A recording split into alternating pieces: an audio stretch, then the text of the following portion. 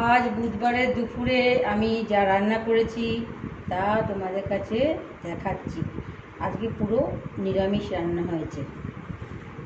এই হলো 1 ডেকচি ভাত,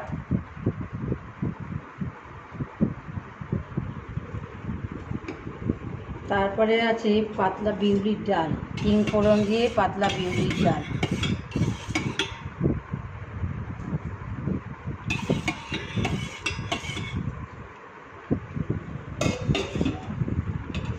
এরপরে আছে ঢেঁড়স আলু ভাজা।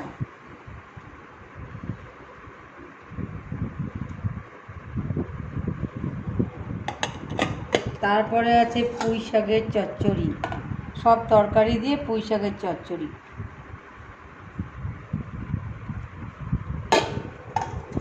আর এরপরে আছে আলু পোস্ত।